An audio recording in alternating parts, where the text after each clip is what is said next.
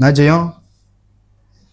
என்னடா ஒர்க்கா கம்முன்னு போயிட்டு சிச்சுன்னு நினச்சி அதான் செம்ம டென்ஷன் ஜெயம் சிரிச்சா அழகாரு ஜெயம். போடா ஜெயம் ஜெயம் ஜெயம் ஜெயம்.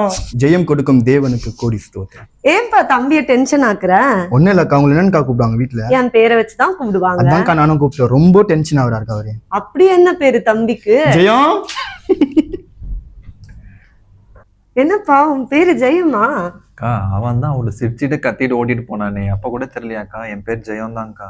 நல்ல பேரு தானப்பா, அதுக்கு ஏன் இவ்வளவு கோவப்படுற? நல்ல பேரு தான், பட் எனக்கு தான் மாத்தி வச்சுட்டாங்க.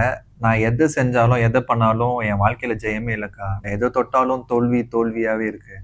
ஜெயம்னு பேரு வச்சதுக்கே நீங்க இவ்வளவு கஷ்டப்படுறீங்களே. பைபிள்ல ஒருத்தருக்கு பேரே துக்கம். துக்கம் நாங்க அம்மா பேர் வச்சிருக்காங்களாக்கா அவருக்கு? ஆமாப்பா, அவர் பேரு யாபேஸ். அவரோட பேருக்கான அர்த்தமே துக்கம்.